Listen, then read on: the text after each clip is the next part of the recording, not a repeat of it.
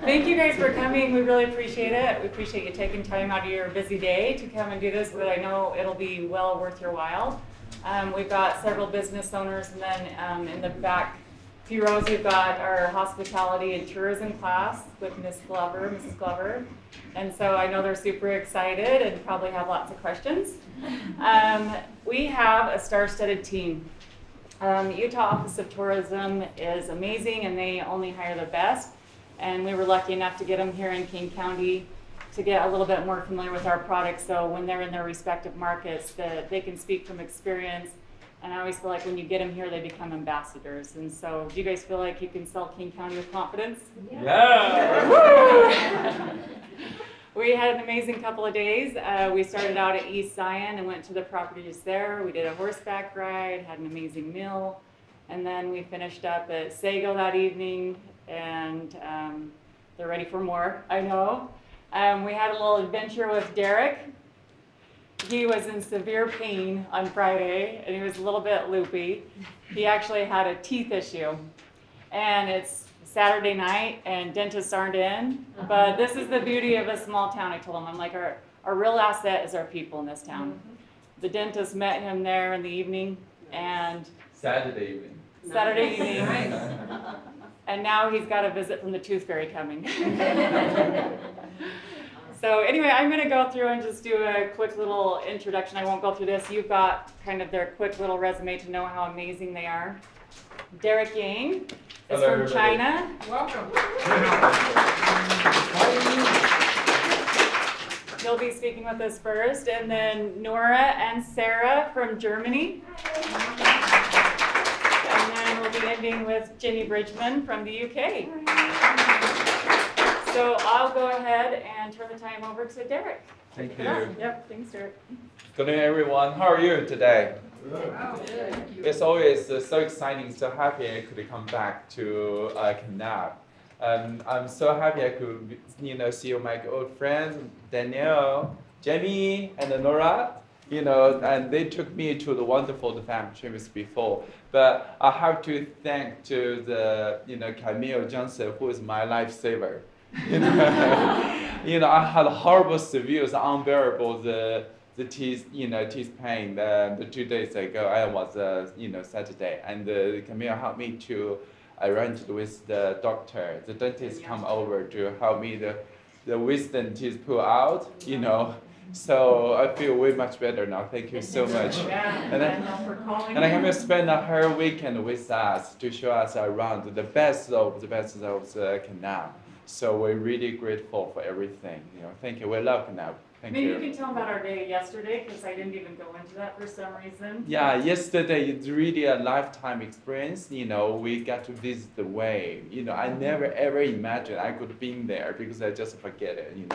And there's no way I could be there. And I'll tell Camille she's the Harry Potter. She makes things happen.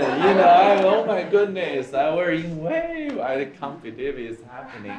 And in the afternoon, we went to the Lake Powell, right? We tapped in the water.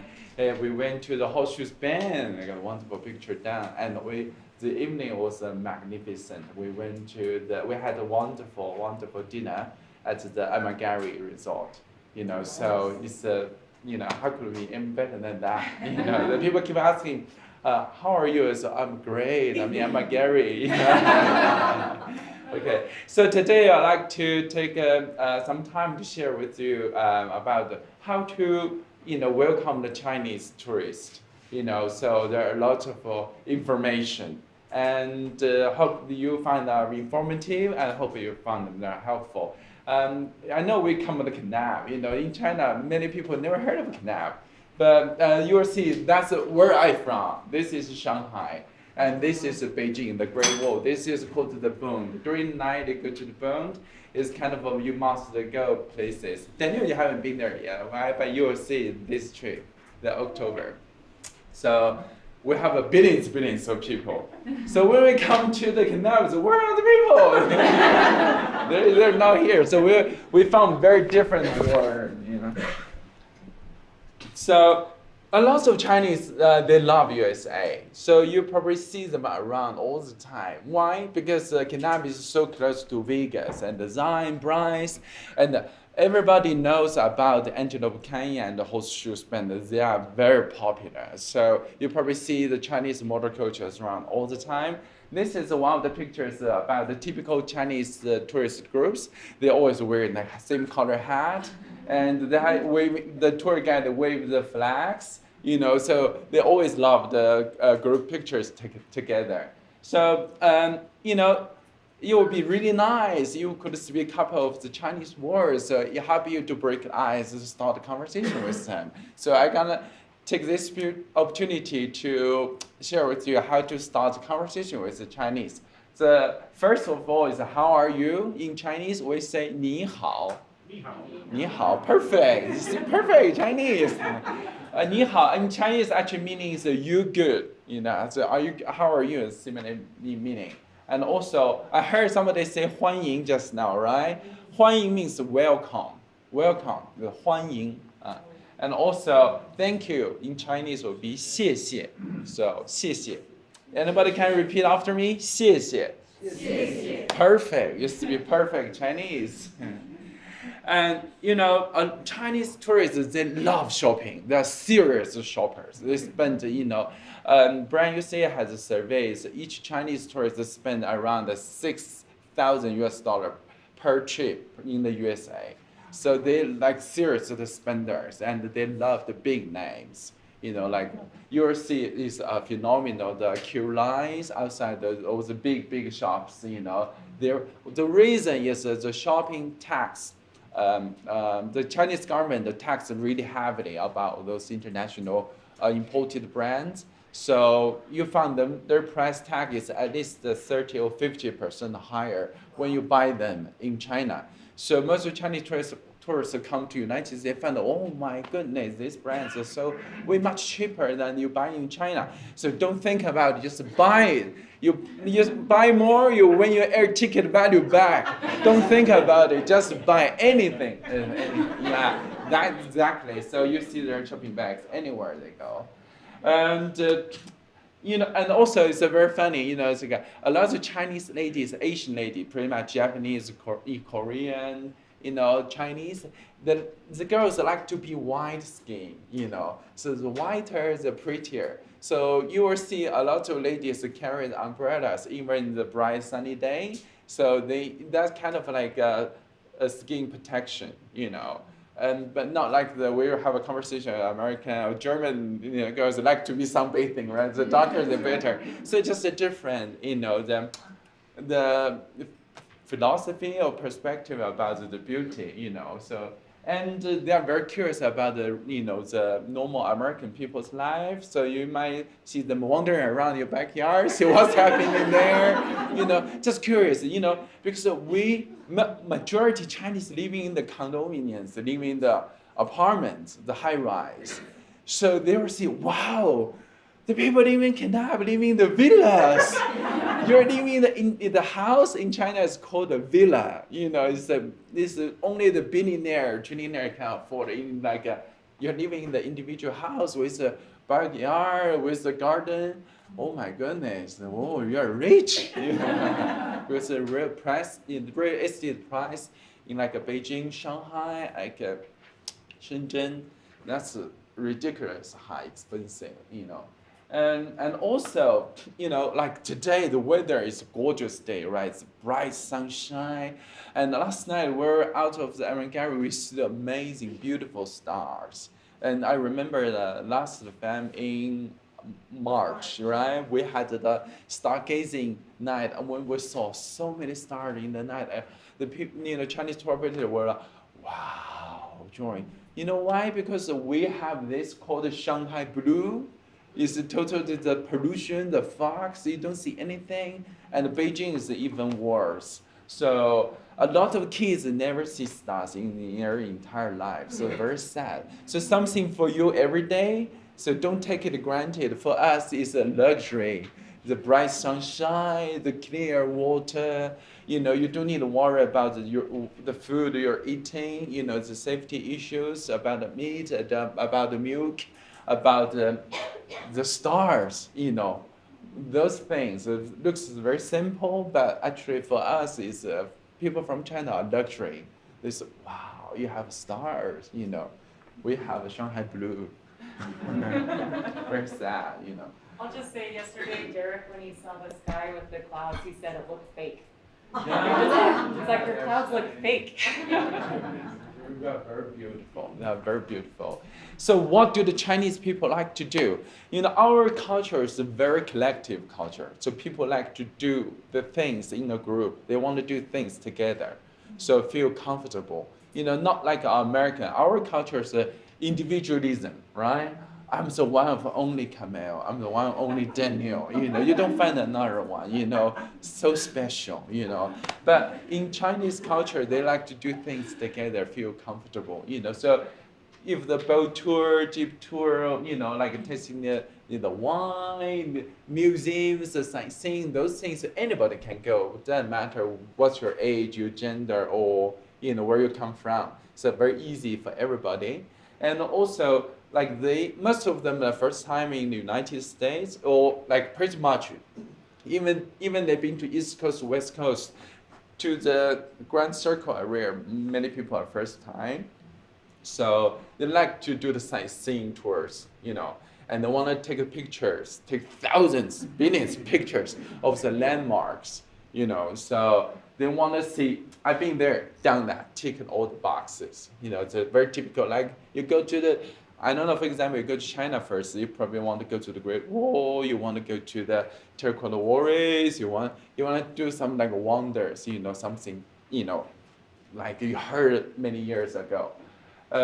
National parks are very, very popular right now. Thanks to the Brand USA last year, the theme is the national park, and also the IMAX, the movie. They were broadcast in China, and the Yellowstone is the number one most popular national park. And Utah is such a blessed state. We're on the way to Yellowstone, and also we're close to the Grand Canyon, and also and I mentioned the Antelope Canyon and the Horseshoe Bend.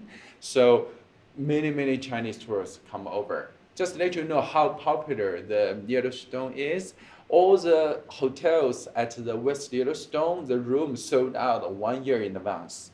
Sold out. So you have to book all your rooms 1 year in advance. Otherwise, there's no room available for you. So the hoteler told me 3 or 5 years ago, he has a small boutique at the West Yellowstone. His room only sells 65 per room per night, but now it's 265. Yeah, it's still sold out quickly. Yeah, it's too many Chinese there. As I mentioned, shopping and the dining I'm gonna mention later, because Chinese kind of like Chinese food, and we have Chinese food expert Danielle. She has tried many different things in China. So she will let you know they are very different, right? So it's different from the Chinese restaurant you had in Canal. It's not Panda Express.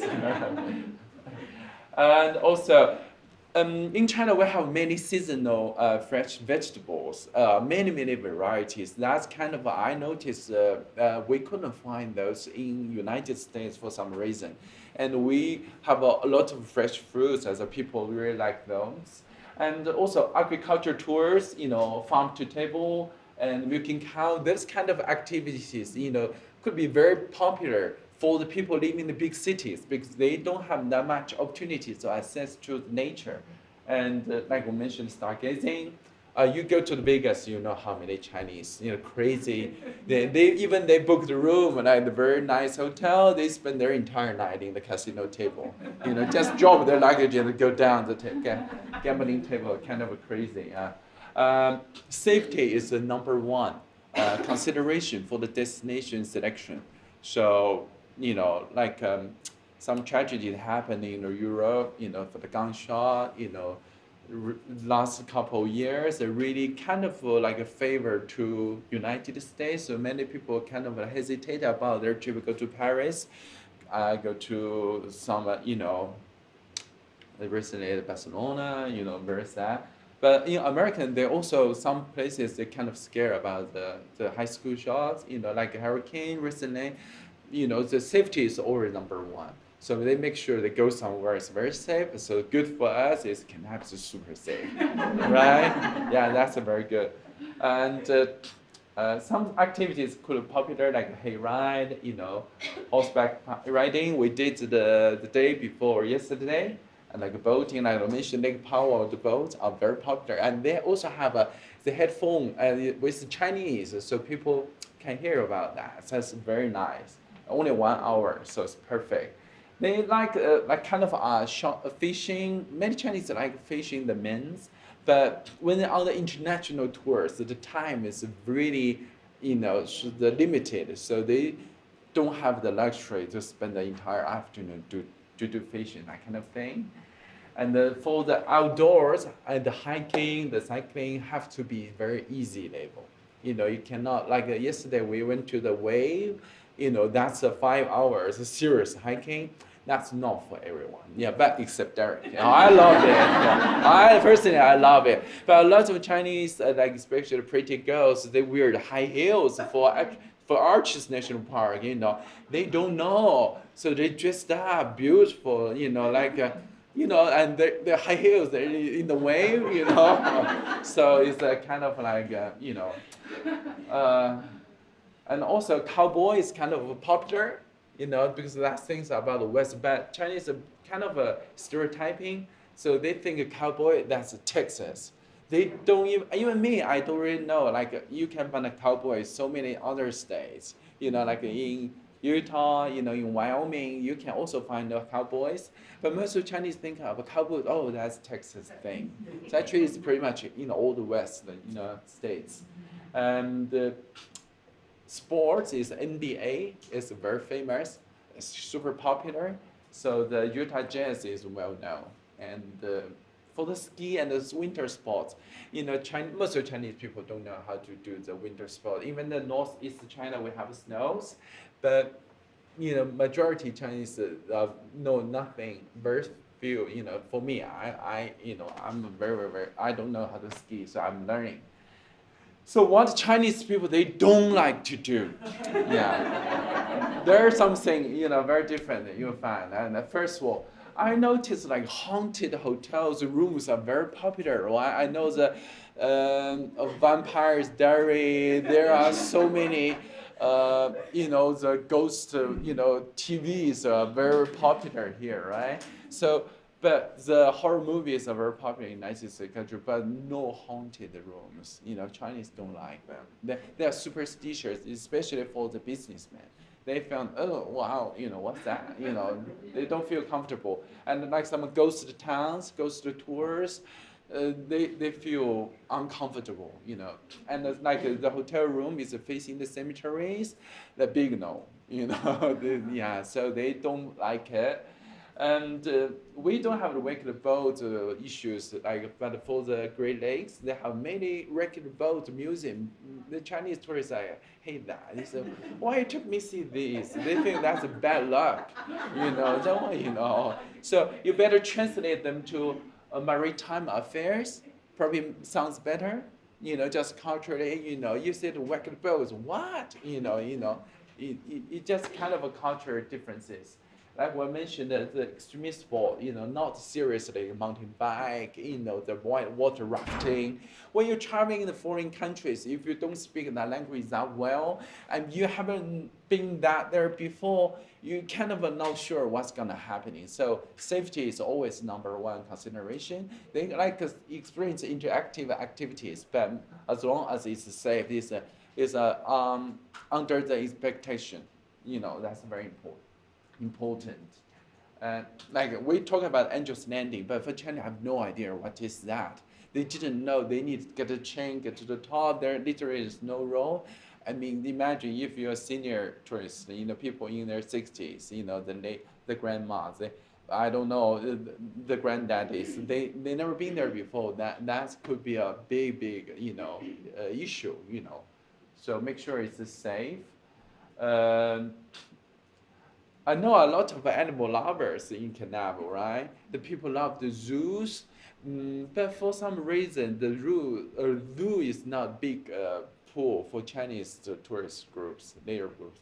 They seldom visit the zoos in the United States. For example, even the San Diego or DC, the rule, that makes sense because they will not fly 13 hours, come to United States to see the giant panda. That's what we have at home.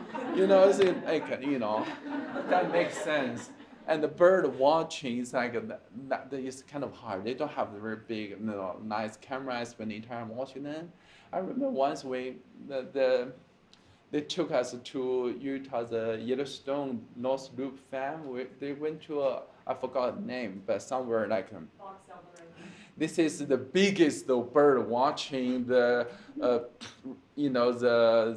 national. It's not kind of like a particular area for the bird watching, but the day we went there was no single bird.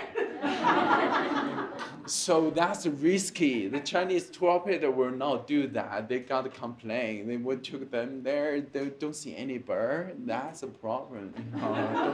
Yeah.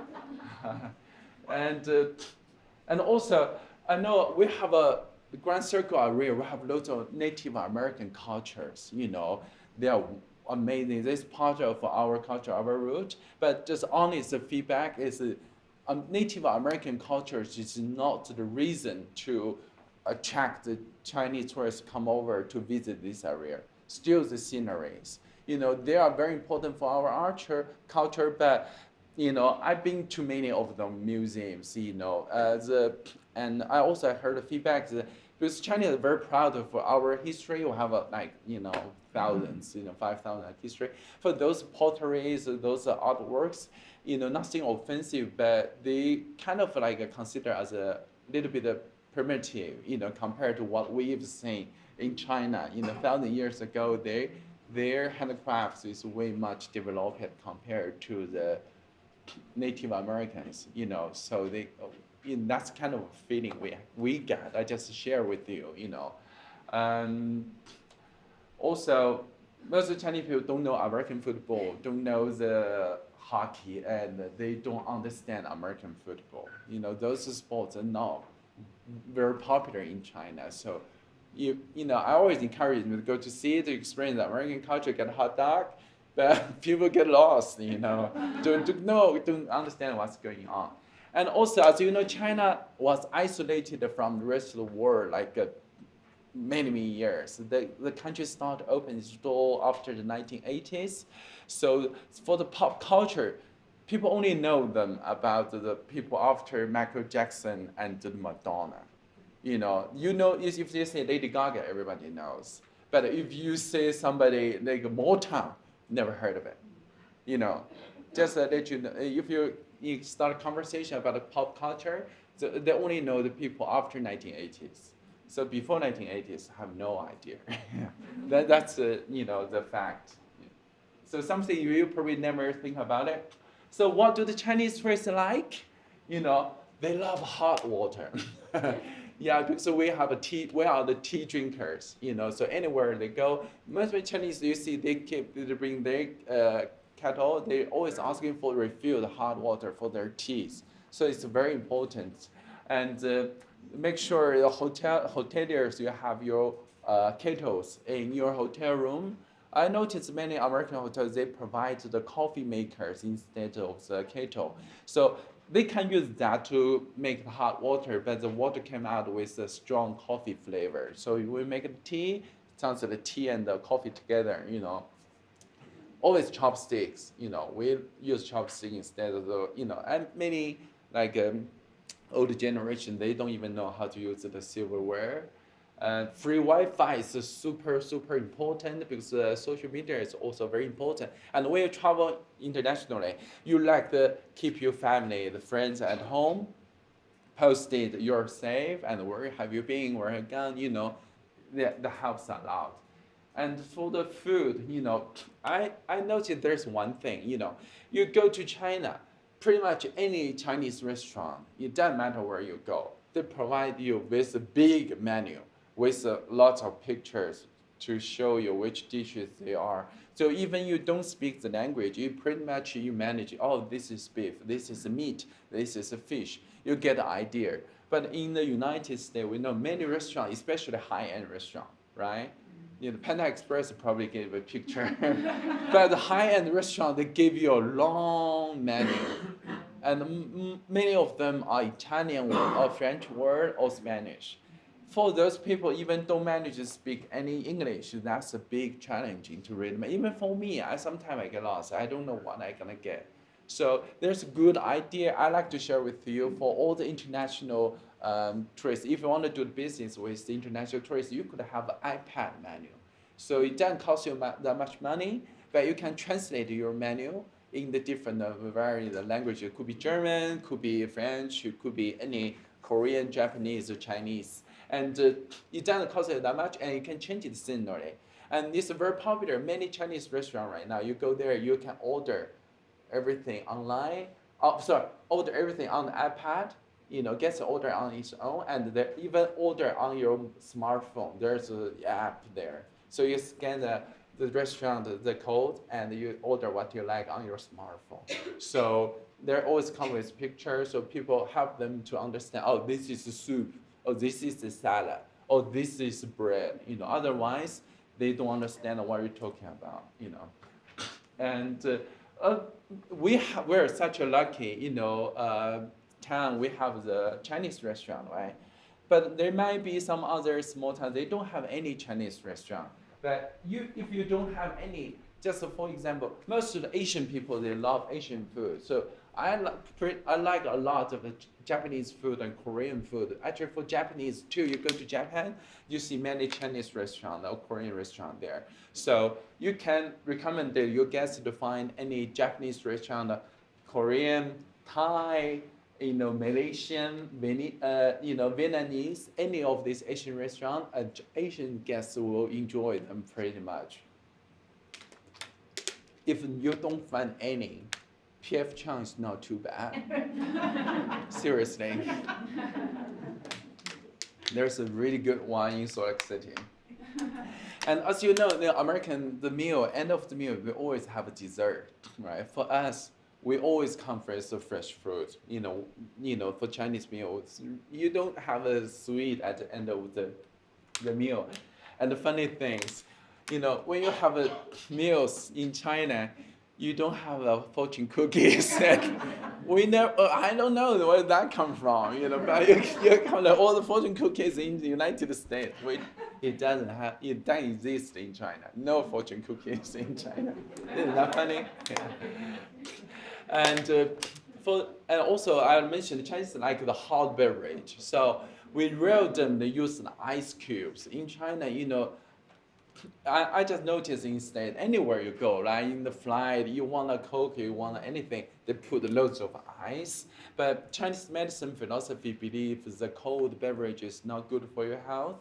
So many people drink the hot beverage or room temperature beverages. So we don't need the ice cubes you don't need to provide ice cube for Chinese or pretty much Asian tourists, And also for the smoking, many Chinese are serious smokers. So you need to let them understand that's a big no. And let them understand they're gonna come a very high fine to make sure they don't smoke in the hotel rooms. Otherwise they don't understand. And also it's very important to let them know we have for Utah, many hotels have amazing the laundry rooms. I love those, and many Chinese hotels, they don't have them. So you can wash your clothes, on the way, but you have to explain how to use them, because many Chinese are being used to washing the clothes on their own when they're traveling. So they wash them during the shower, in the restrooms, and then they realize there's nowhere to hang these clothes. The true story is a Chinese lady. She traveled in the United States, and she did her laundry at the shower, and she hung her clothes at the spring, and it caused a big of the room, and have to dial the 911 and come over and to fix the entire room, probably the 30,000 US dollar. So that's probably the most expensive laundry she ever done in her entire life. Yeah. So it's just a cultural difference and let them know what's that. Food matters.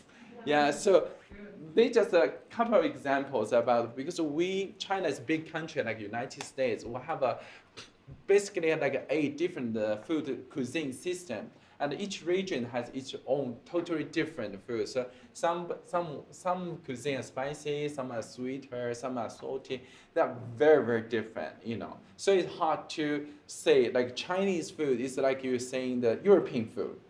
You know, you cannot. I think many people ask me, do you like Chinese food? But for us, we're talking. Are you talking about Hunan? Are you talking about Sichuan? Are you talking about Shanghai or Hangzhou? Each different town, each different city has its something own. They are very different.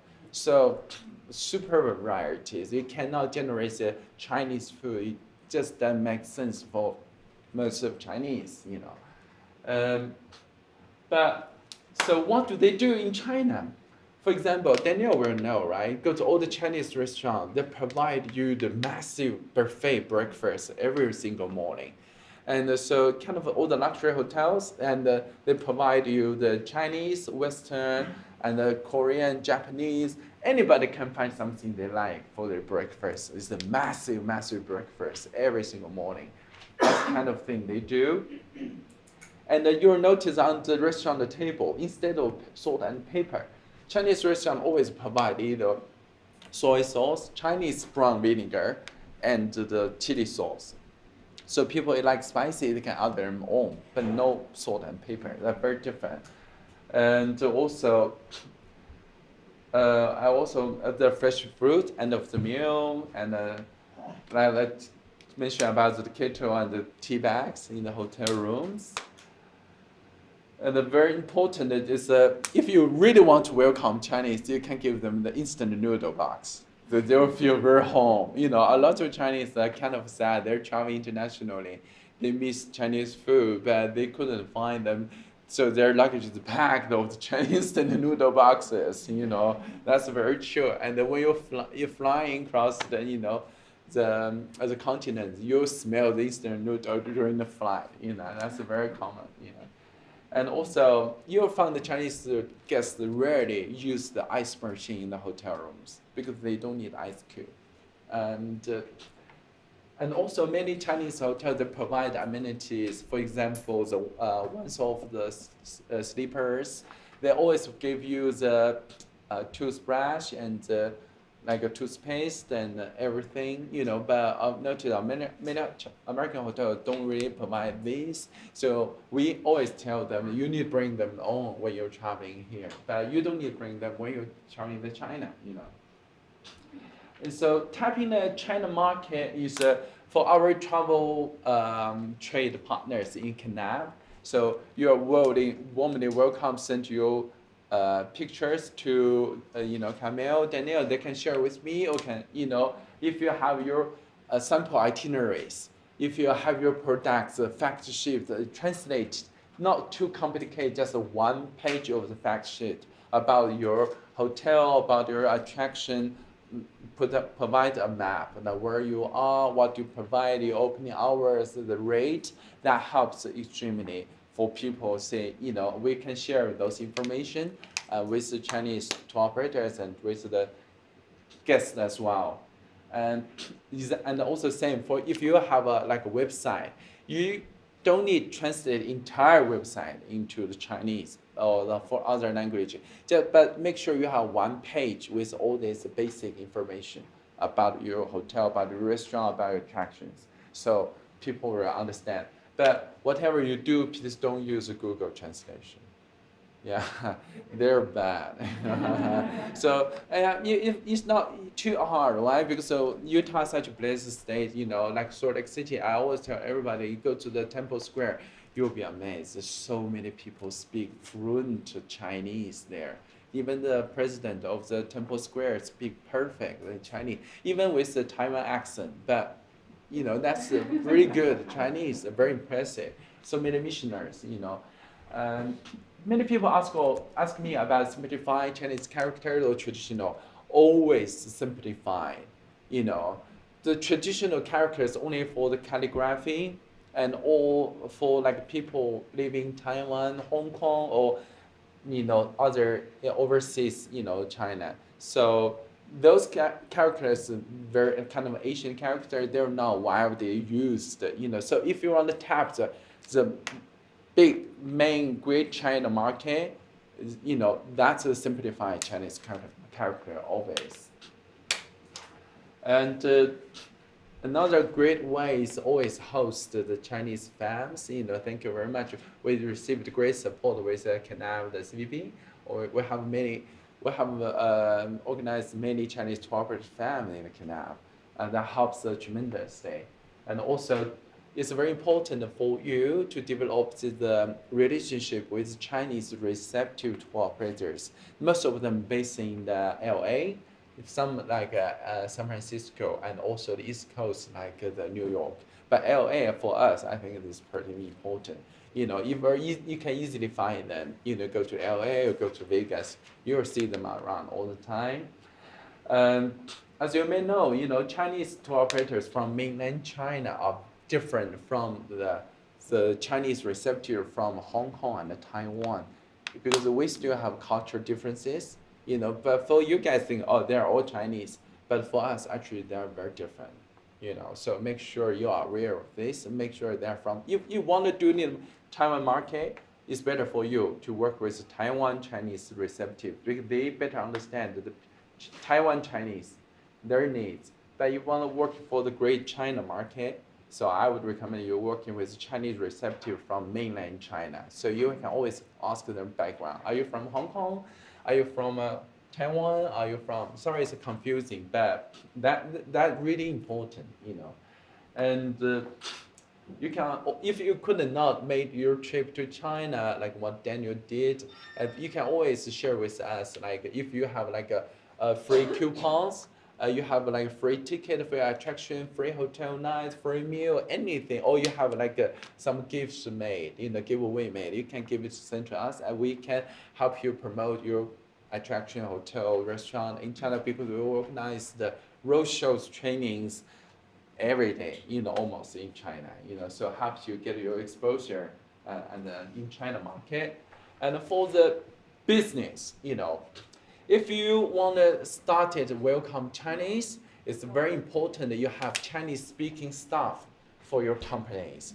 So you hire either the missionaries been to the China before, or you find the Chinese students. It's not that hard to find them. There are many Chinese people living, this area, and also they live in Vegas, LA.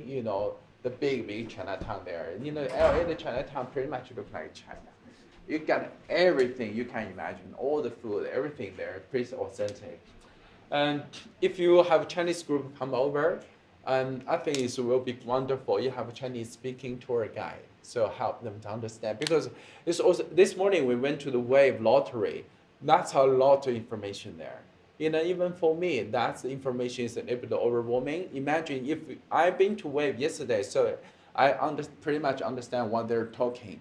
Imagine if you've never been there before and you don't speak the language. You're sitting in that room, that much information pretty much get you lost. You don't know what you're gonna get. That's a lot of geography terms, a lot of serious outdoor, they hear information there. And also, very important to provide the Chinese, the signage. Where the restroom is, where's the front desk, where's the swimming pool, where's the laundry room.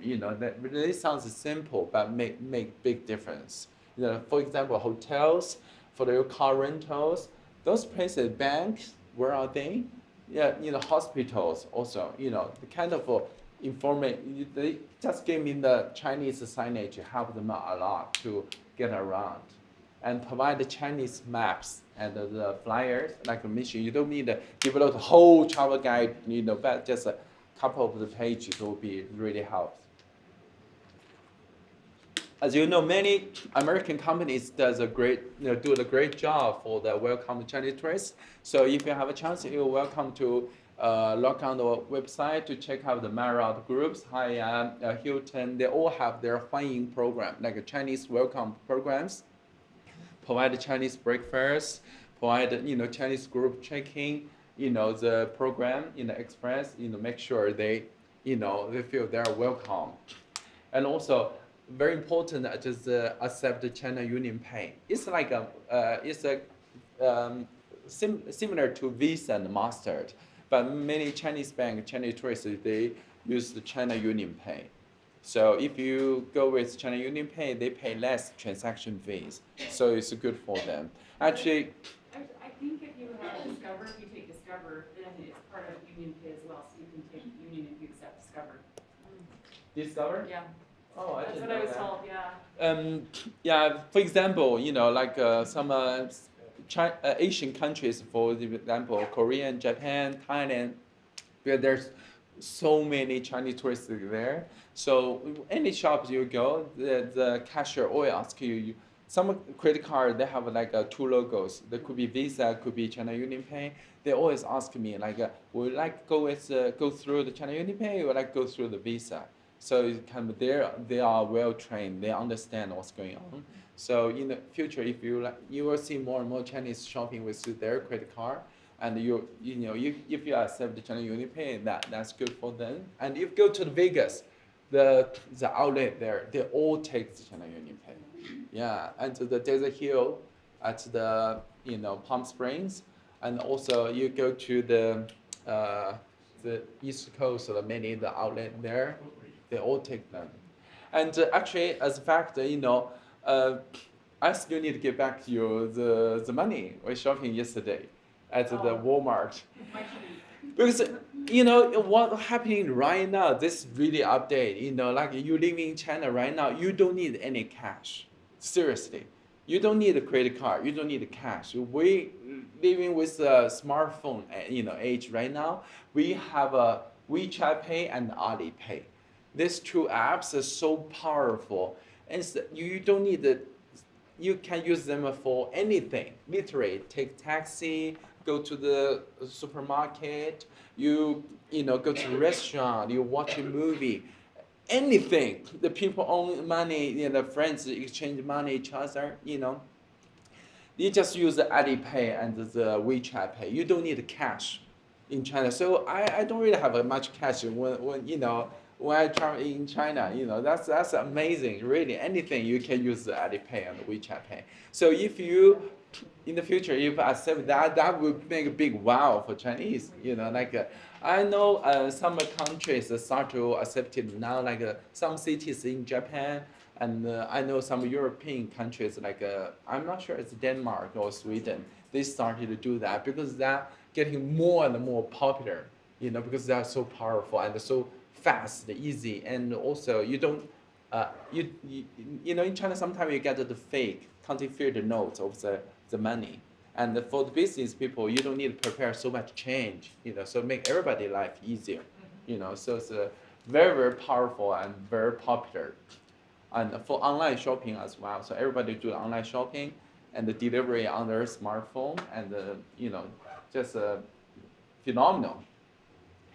Well, I know that costs a lot of money, so if you have the budget, if you can develop Chinese app, that would be wonderful. But I would say, waiting you have enough volume of the Chinese tourists come over to your business, that would be great. And also, always offer the Chinese food, Chinese breakfast. Food really important for the Chinese tourists. And also let them know where the Asian restaurants are. And the shopping, don't take it granted. We love Walmart. We love CVS, Walgreens paradise. Something you think that's a very, every day for us is like, wow, CVS, 24 hours, oh my goodness.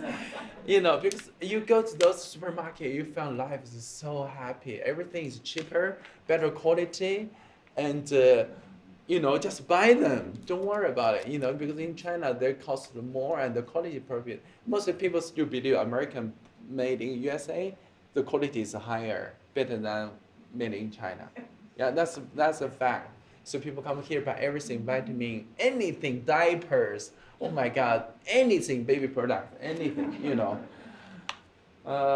So let them know where they are. That helps all the grocery shops, very important. And if you have casino, let them know where they are. And so, if you know any Chinese celebrities been to your properties, Chinese movie stars, Chinese singers. That helps you to promote yourself as well. For the layer groups, most of Chinese layer groups, they kind of like ambitious itinerary. See entire USA in 7 days. That's pretty much true, because they only do the East Coast plus Hawaii. For the first timers, they just go to the basic, the landmarks, go gates, Liberty Statue, that kind of thing. But when they come back and again, they probably stay longer and slower in their itinerary.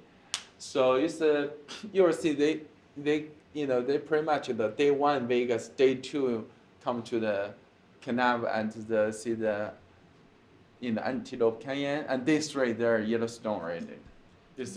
That's a very typical Chinese itinerary. For the layer groups, they probably stay like 3 stars, 4 stars. For the hotels in Canal, they're wonderful, they're perfect. For the Chinese government group, the business group, the MICE, is for the meeting, conference, exhibition. For these businessmen groups, they have a higher budget, so they might looking for, luxury hotels. They could stay in very nice rooms. But for the restaurant, if you're willing to do the business with the Chinese leisure motor coach groups, you have to be well prepared, because the motor coach pretty have like a 50 person in each motor coach. They imagine 20 of the motor coach arrive your restaurant pretty much at the same time for lunch, and they only stay there like 1 hour, and after lunch they go. That's you have to be able to provide the food super fast and make sure you could accommodate such a high demand in short timing. And you have enough big kitchen and team to do that. So if you're not sure what's happening, any time you go to Vegas, you go to the West Yellowstone, you'll know. They changing the tables is like the assembly line. It's fast. You cannot let the groups waiting there because there are too many. Keep coming. And also, for the FITs, you'll see more and more the people driving on their own to the road trips, foreign individual tourists. So they will do more in-depth itineraries. So they could go to the Pink Coral, they could do Peekaboo, they could spend longer time, even if you want to do the wave, they come.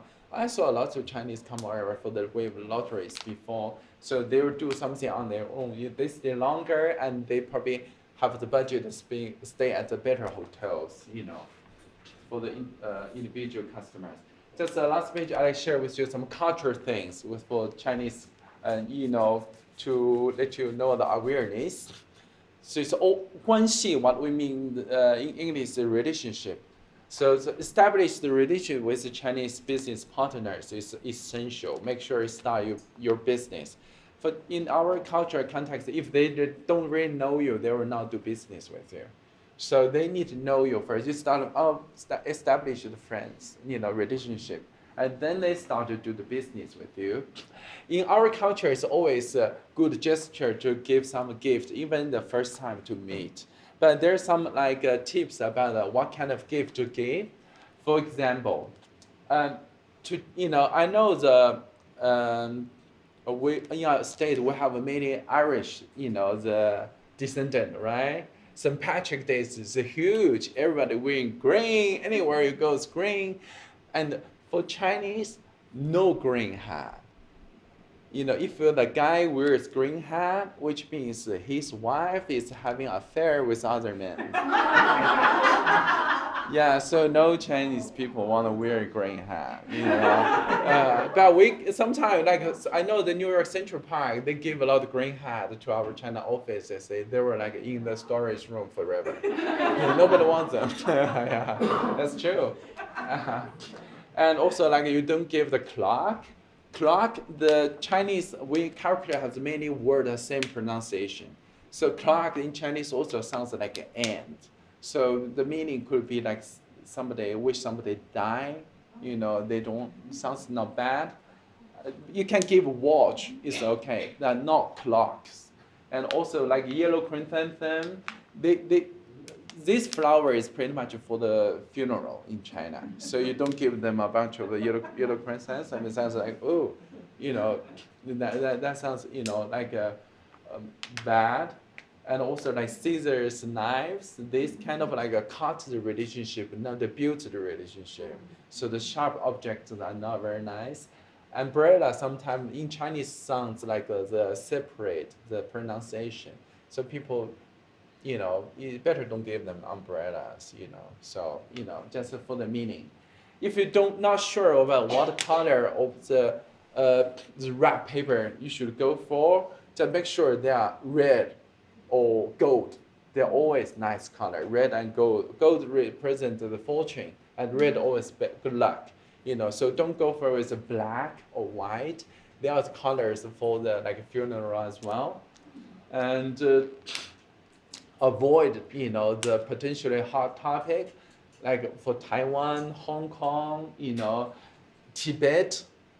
Don't start a conversation with these topics. You don't, you will you go nowhere. And for our the lucky numbers is 8, 9, 6. 8 means prosperous, it's good fortune, money.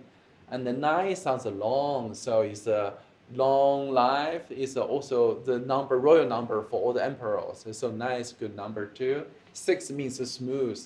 So you want things go smooth, so 9, 8, 6 are good numbers.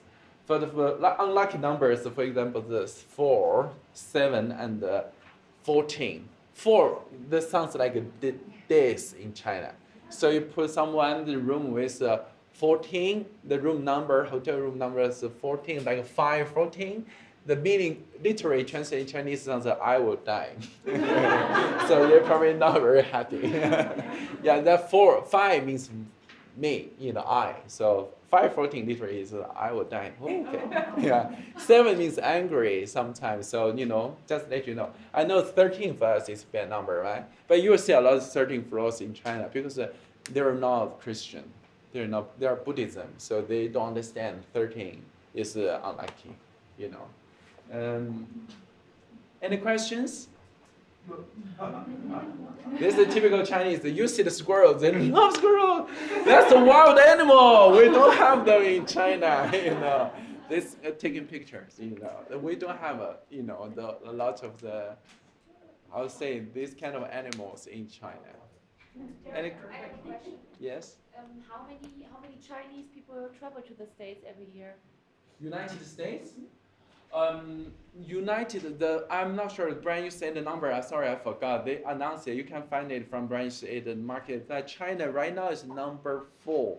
But they think in 2020, China will be the number 1 source market for the United States. Yeah. So right now, I let you know, 90% of Chinese don't have the passport yet. So the door just opened a tiny part, just tiny part. Yeah, the majority, the Chinese haven't come to United States yet. You see that increasing? What? You see that increasing over the next couple of years? Oh wow, sorry, sorry. It's not like you go to the Temple Square, you will see how many Chinese people are there. Sorry, I apologize about the accurate number, but you go to brandusa.com, you'll find they posted every year about the Chinese visitation numbers. The number is always like a triple, crazy. Well, cool. Thank you so much. In the interest of time, I think we're going to move on. Sure, it's always fun. So yeah, thank you very much for taking the time to be here today to listen to our market updates. And we're so thankful that Camille has organized this amazing trip for us.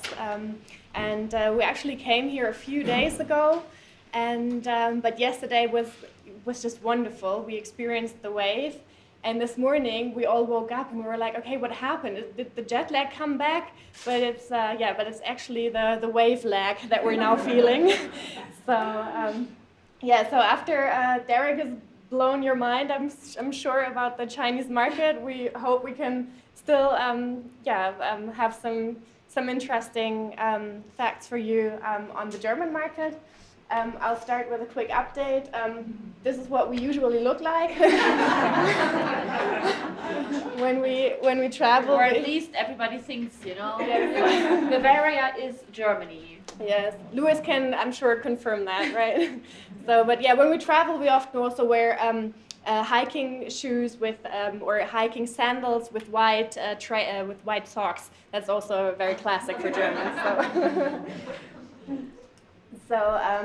So you can see the map on the right-hand side. Germany is at the heart of Europe. We're the largest national economy in the EU, and we have over 82 million inhabitants. We're the third largest exporter in the world. Probably you also know about a few German products or cars, especially. And our main export partners are the USA, France, and the UK.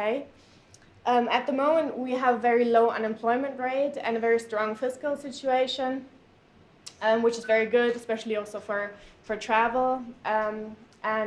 Just to give you a sort of a relationship in regards to the size of Germany, it's tiny, so we're close to the size to Montana.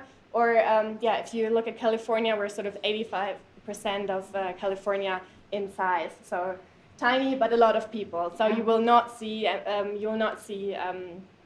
these vast landscapes like you will find here in the U.S. So that's very special for us. Like Derek also said, Germany is very populated. So seeing this wide, open landscape is very, very special. So the German tourism market. 26% of all U.S. service exports to Germany come from the travel and tourism industry.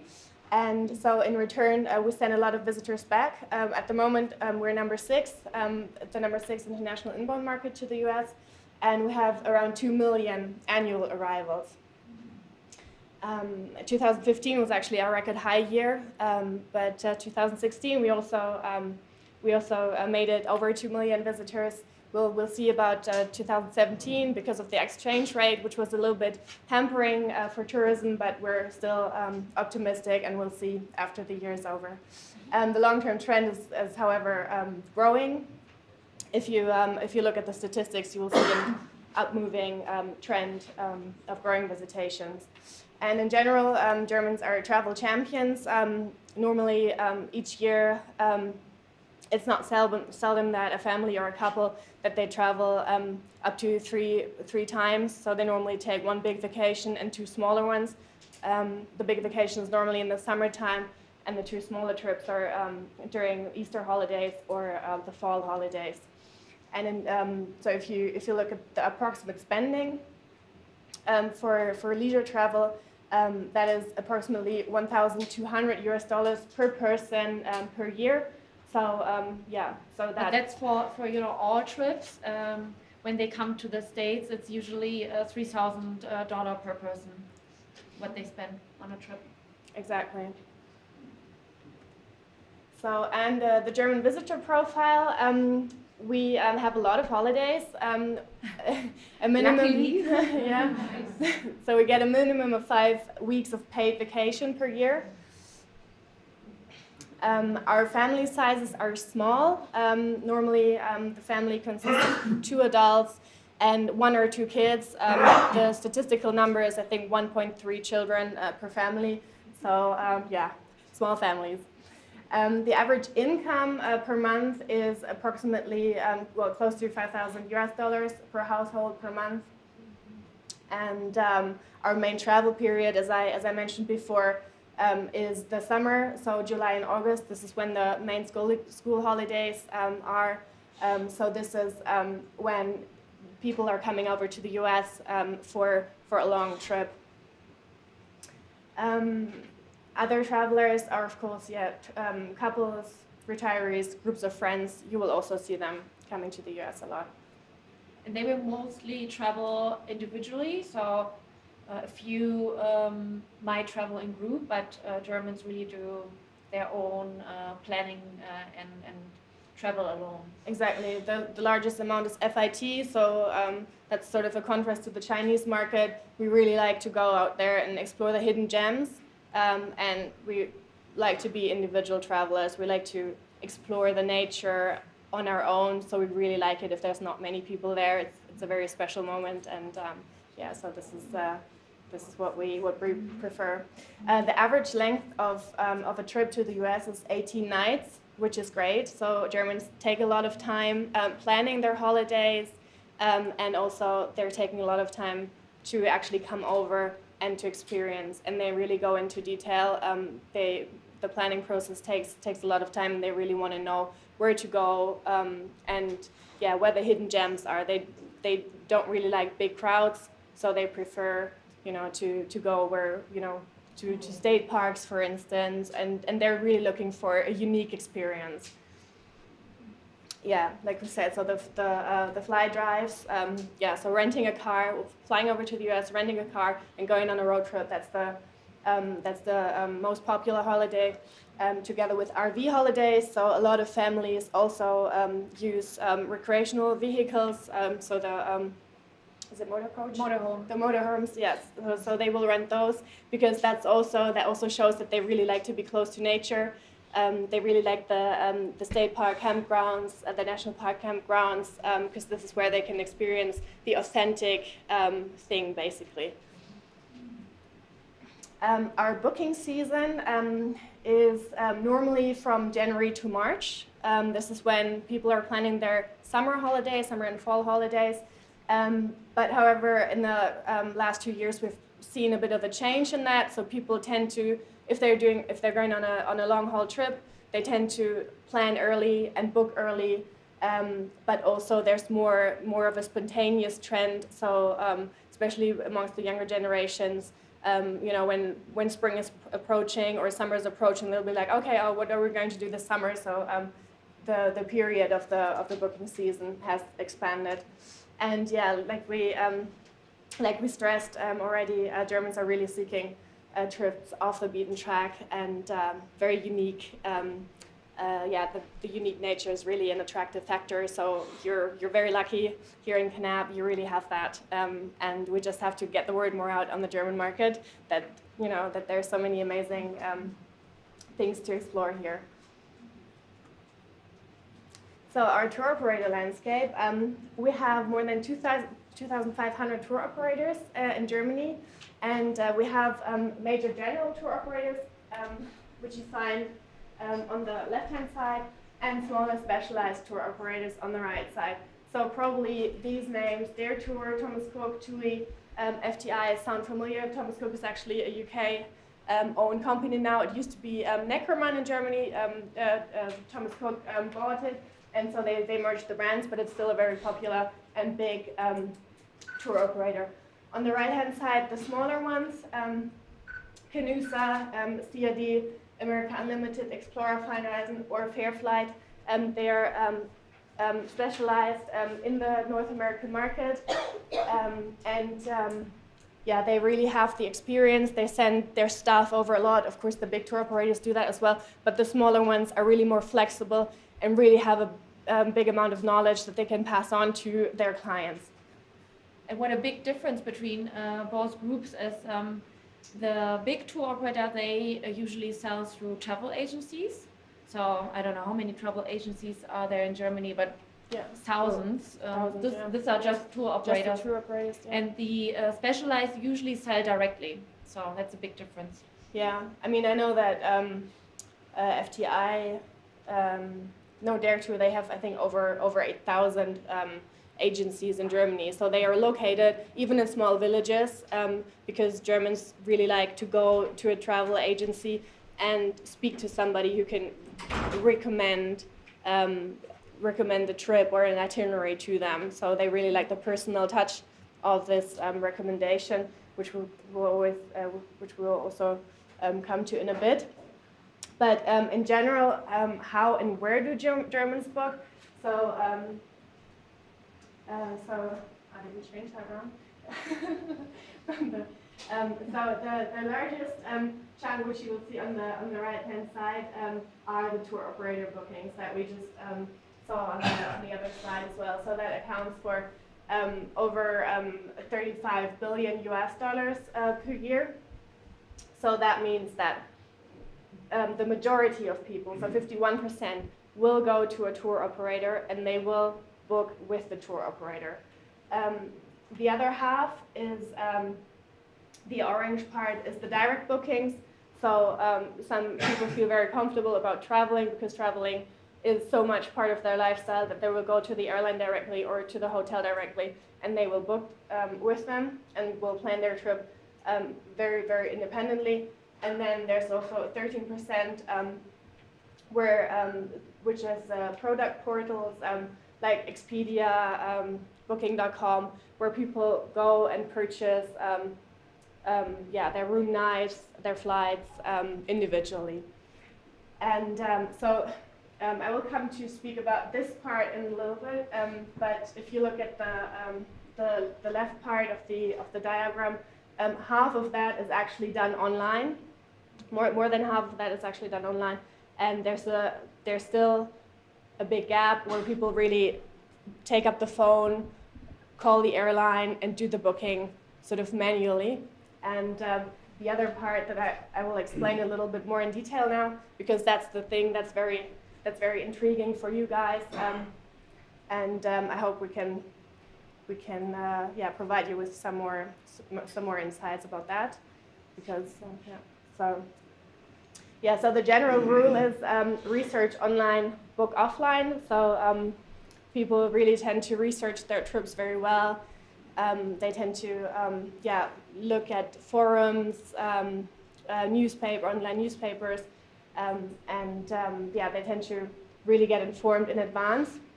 And then the first contact is the agency, the tour operator, and that will happen oftentimes via email, via phone, or online request. So either they go directly into the agency or to the tour operator, or they will email them or phone them or send an online request. And so the tour operators, when we speak about an itinerary for the USA, they will normally include an offline break. So normally you can send your request about an itinerary that they have sort of pre-assembled. So they will have sample itineraries online that you can request basically, and then they will have an online break where the agents will get in touch with the clients and will have the opportunity to sort of recommend how to modify the trip to better accommodate the needs of the clients. So oftentimes you will find those sample itineraries, but then the German FIT traveler will have specific changes that they want to make. So they will add a room night here, they will add a park there, they will sometimes even change the whole itinerary around. So that's basically the offline break where the tour operator or the agency can add recommendations and can directly be in touch with the client. And then the second step, they will package the offer for the round trip for that particular client, and they will send it out via email. And then it's another step. The client can get in touch and they can make modifications to that trip. And so it's a process that can sometimes take quite a while because during that time the client will also do more research online and they will find some more bits and bobs and they will want to add it to the itinerary. So that's quite a complex process. The third step is the booking or no booking. Sometimes Germans tend to speak to several agencies to sort of compare prices. Germans are very price sensitive, so they will go for the best offer. And the fourth step is, when the booking has happened, the tour operators, they will provide the clients with travel documents, either at the agency, via postal service or email, and those travel documents are normally, they have a big variety, so oftentimes they will send tour guides, tour books, tour guides, what's the word again? yeah, so the books basically that will sort of tell you where to go, what to see. The travel planners.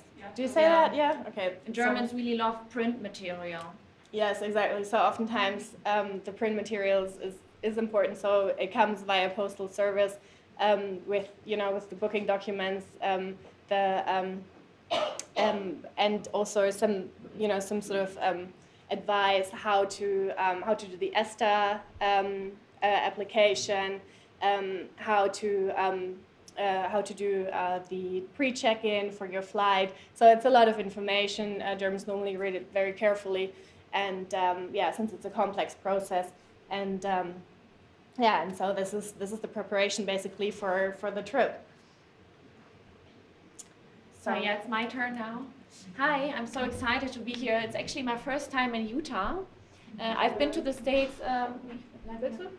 several times, but never to Utah. It was always on my bucket list, and I'm just so amazed. Yesterday we drove down to Page, and honestly, I was driving the car, and I just kept my phone on, the whole time.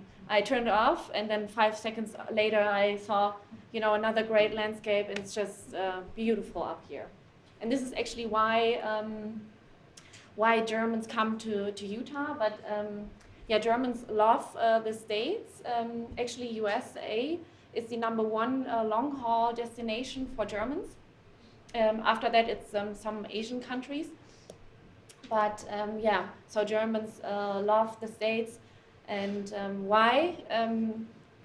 I think the States offer such a great variety. So we have a few highlights and things that Germans love to do when they come here. But in general, it's the amazing landscape, shopping, sightseeing. They love beaches, but they are also very interested, in learning more about history, culture, many things actually. And why Utah?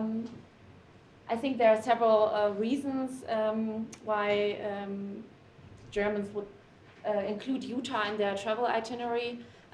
But the main reason really is the beautiful landscape that you have. And you have so much more to offer. I'm just learning that on this trip. And but those are the main reasons that triggers people to come here.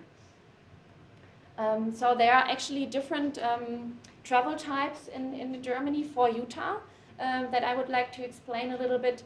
Derek mentioned that Chinese people mainly do group, and a few of them do FIT, and I would say Germans are really diverse target groups for you guys. So let's start with the outdoor enthusiasts. These people really come here to explore the national parks and state parks. They would be interested in doing soft guided adventures, maybe hiking, rafting, definitely seeing lots of nature and learning more about the environment.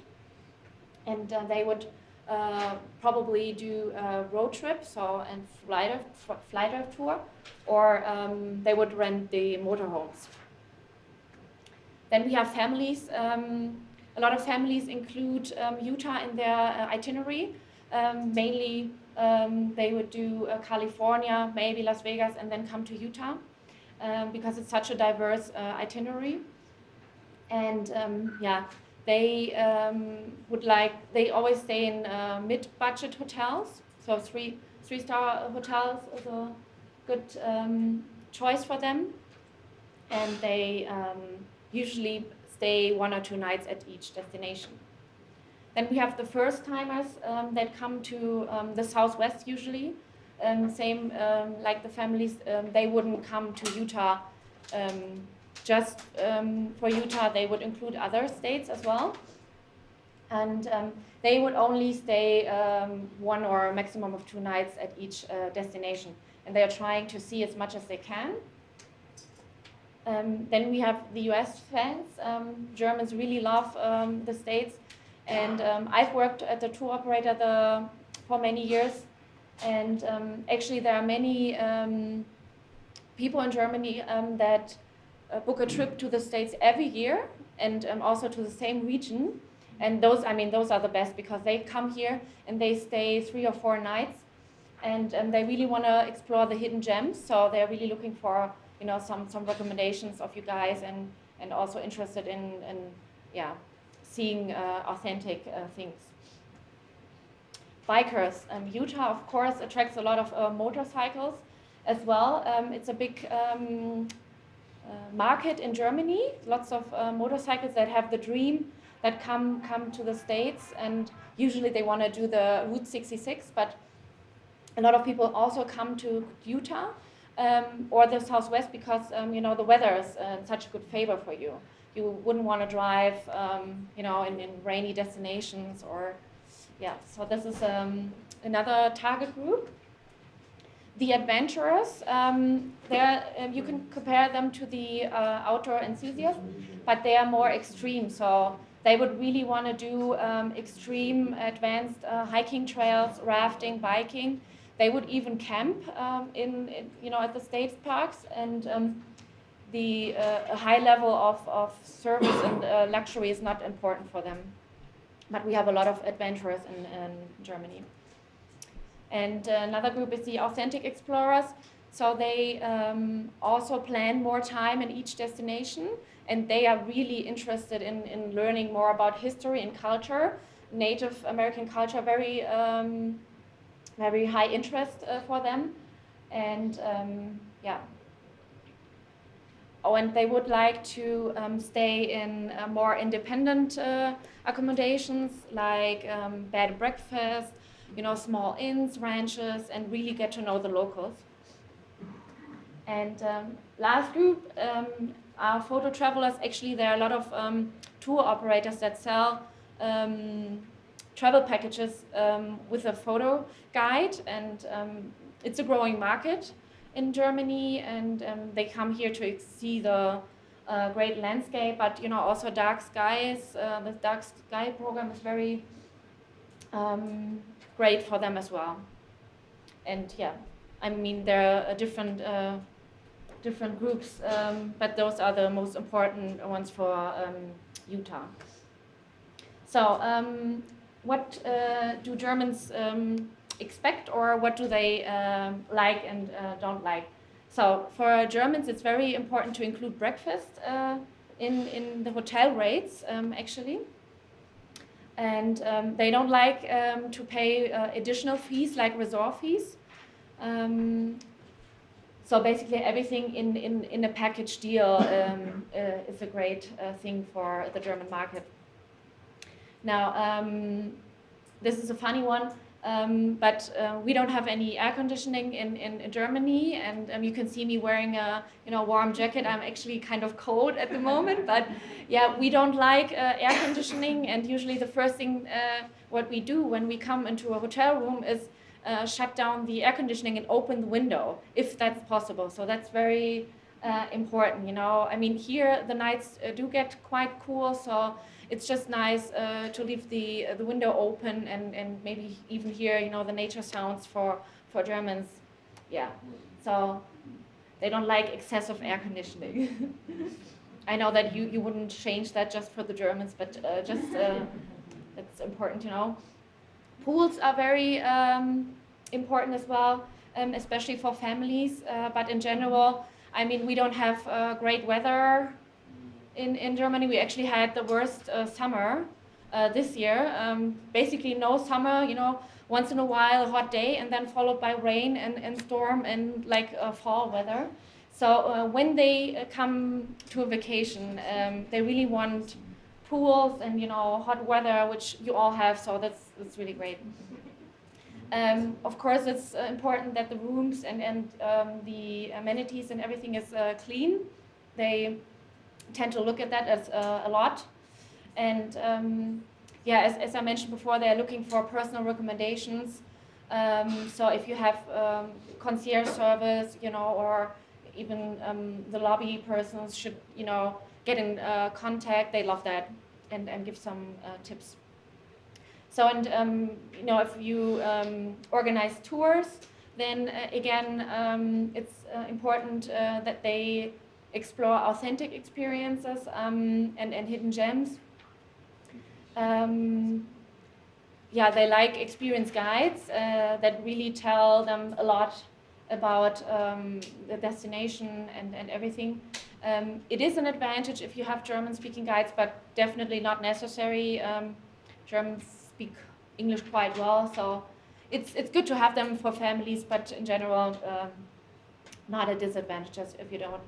As I mentioned, it's great if you sell like a package deal. They don't like extra cost. For example, if you would do a hike and then they arrive at your shop and you say, well, you need to rent those boots and they are extra $10, you know, things like that. Package deal is better. Yeah, so how can you work with German trade? Or if you already do, how can you enhance this relationship? Before I get into detail with receptive operators, just want to ask, do you all know what a receptive operator is? Because no? Okay. So it's basically like a middleman between hotels,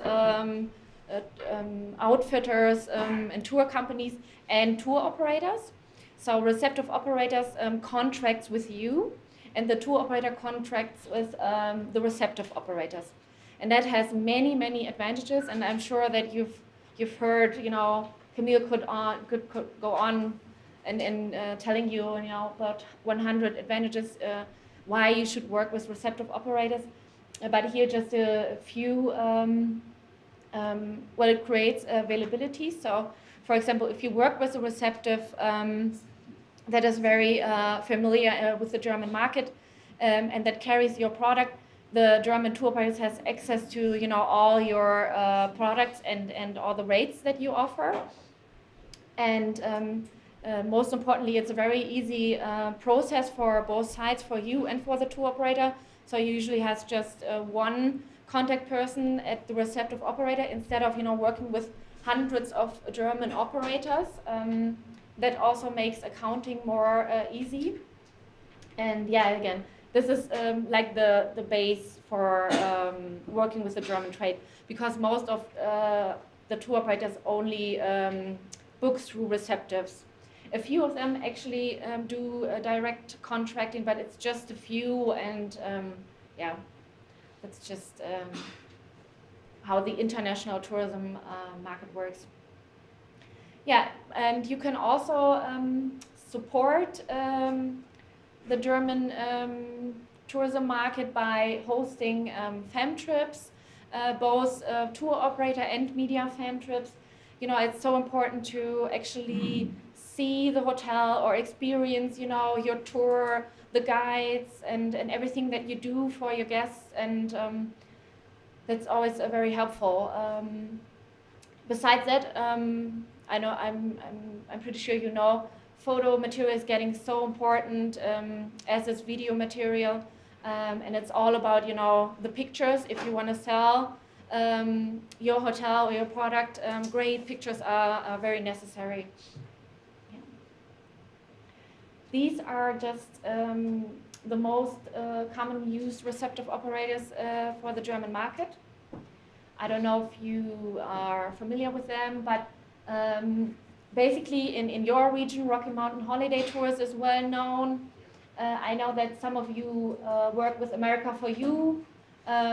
Those America for You, Rocky Mountain Holiday Tours, and Tour Mappers are, I would say, the best receptive operators for your region, because they are smaller and they really provide a great service to the operators.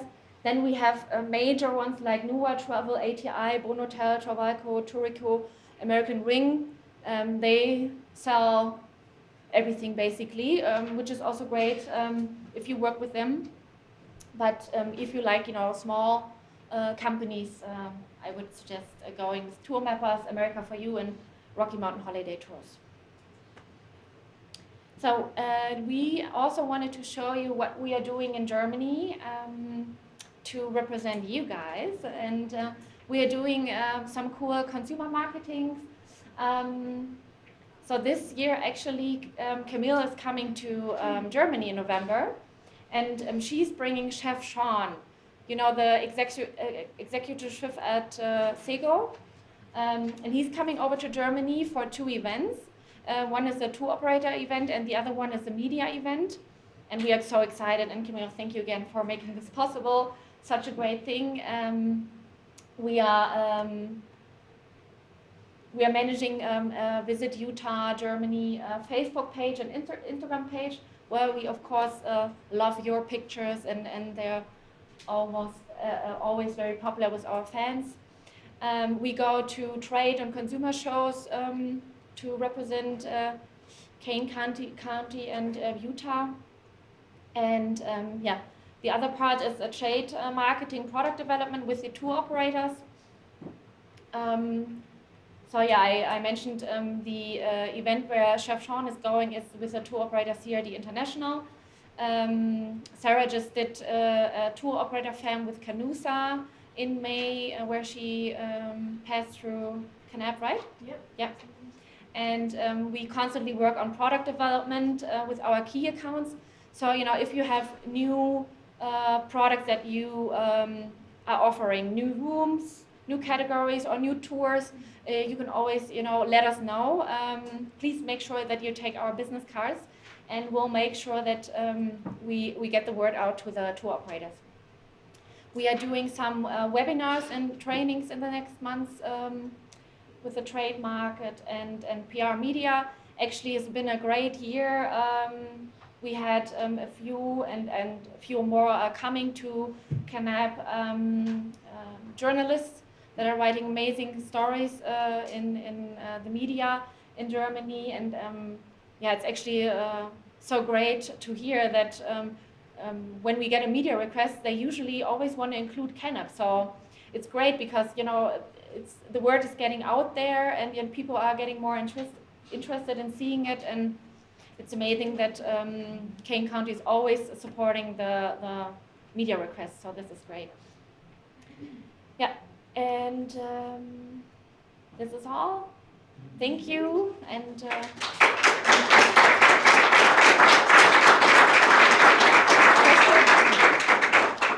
we hope that you have some questions for us. Just a couple. Is there time for, maybe we can take a couple of quick ones? We're kind of short on time. I don't want to cut Jenny short because even though UK is the same language and there's a lot of familiarity, there's some definite significant differences in working with that market. We can have a time of questions during the lunch. Yeah, and after Jenny's done, we'll grab the lunch. You can come back in for a quick Q&A. So if you think of any questions after that. So we'll go ahead and turn the time over to Jenny. Thank you. Thanks, Camille, again, for having us here and for looking after us so well for the last couple of days. I'm quite lucky because I get to present in my own native language. These guys have obviously done an amazing job. English is not being their native language, but you might see a few little discrepancies as we go through. Spelling's a bit different here and there. And then there's a few things that I'll cover at the end of the presentation that we use some very different words for some things as well.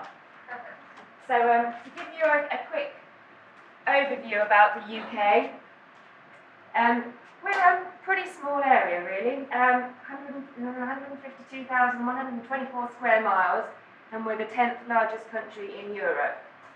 However, our population is pretty big, over 65 million, which is the third largest in Europe, so compare that with the 10th largest in terms of area, we're the third largest in terms of population. So we're pretty much compact into some very small areas. Like the Germans said, we don't have those big wide open spaces, so when we come somewhere like this, it's quite overwhelming, and the distances we need to travel to get to places is very new to us.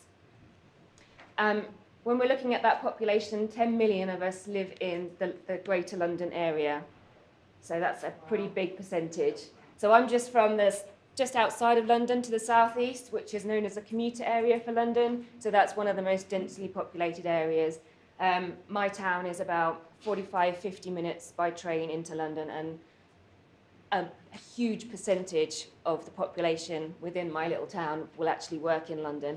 It's not for me. I'm a country girl. I like the wide open spaces, so when I come here, it's like a breath of fresh air.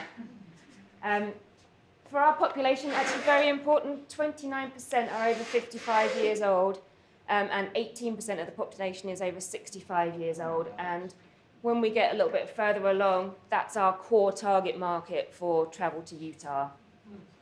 Our average retirement age is 65, but we've got some big changes going on in our state pension as to when we can draw our pension, so that is changing a little bit. My dad retired at 60. There's no way I'll be retiring at 60. I'll be lucky if I retired by 70. So the Germans said that they get pretty considerable holiday time. Ours is maybe not quite so generous, but it's at least 4 weeks paid annual leave a year. Plus we have an additional 10 bank holidays on top of that, so they're, you know, the Mondays or the Fridays off, additional to the weekend. So it does add up. So we are quite lucky. That allows us to travel domestically and internationally. So to give you an idea of where our economy is going and how that affects travel, our consumer confidence at the moment is actually riding quite a good high. Our unemployment rate is the lowest it's been for years and years. It's hovering just above 4% at the moment, and then the employment rate is 75%. Our interest rates, which is a very good indicator of how confident we're feeling, are at a historical low of 0.25%. And actually, just last week, it was announced that that's not expected to rise until 2019. So for people like me, who in the early stages of the housing market, that's really good. Our interest rates on the purchase price we're paying for our mortgages are quite low. But then on the flip side, for savings that we put towards vacations, we're not earning a huge amount of money on our savings at the moment. And then another great big indication on travel anywhere worldwide is oil prices, because that affects airfares. And at the moment, they've remained really quite steady over the last few years, which is great. One of the big things that's happened in the UK this year, which was a pretty big surprise to all of us, is that our Prime Minister called what was a snap general election. Our general elections are every 5 years normally, but the Prime Minister can make a decision if they believe it's for the better of the country to have a snap general election. So we had that in May, and what it led to was actually our Prime Minister lost her overall majority in Parliament, which meant that she had to do some crafty deals with a couple of other parties to form a government. And that's really still bedding in. So that kind of makes us a little bit wary about where things are going and how things are changing. So yes, consumer confidence is high, but maybe it's sitting down here, whereas it was there. You guys might have heard the term Brexit. Anyone heard it? These Germans know it. It's still really big news in the UK. Just over a year ago, we were invited to go to the polls to decide whether we were still going to be part of the European Union. And just over 50% of the population decided that they wanted to leave the EU. Now, I must stress, that's not leaving Europe, it's the European Union, which is kind of like an economic development, sort of us all working together in terms of trading and things like that. Very, very sad though. Yeah, these ladies aren't very happy. I'm not particularly happy either. I didn't vote to leave the EU. I'm a kind of like the better the devil you know than the devil you don't. So that means that over the next couple of years, so we're not going to leave immediately, it's 2019 it's going to happen. There's a lot of negotiations to be done with other countries in terms of international trading regulations, border controls, you name it. It affects so much funding, it's huge. So again, it's big news, and what it had a pretty significant effect on was our exchange rates. Last June 2016, which is when we voted to leave the EU, over the following few weeks after that, the pound lost more than 15% in value against the US dollar, which means it makes it more expensive for us to travel here, unfortunately. There's still a lot of great value here, but it has made it more expensive for us to travel. And that's just something to keep in mind. Not a lot you can do about it. So for us, in terms of international travel, over 70 million Brits travelled abroad in 2016, and 64% of that was on vacation. The rest of it was visiting friends and family and business travel. And in 2016, spend increased by 12%, which means that they were spending longer in their destinations, purchasing more while away. Airfares may have fluctuated a little bit, but it increased a significant amount of money, increased by 12%. We have a huge amount of choice when it comes to holidays, all over the world. You know, South Africa, South America, Australia, New Zealand, Asia, the USA, Canada.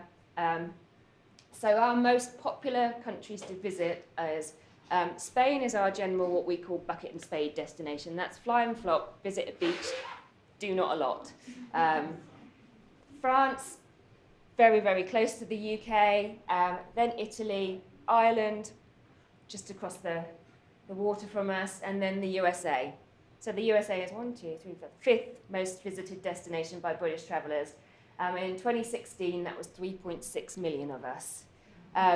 So the USA is by far the most popular long-haul destination. All those other destinations are within a 2 or 3 hour flight.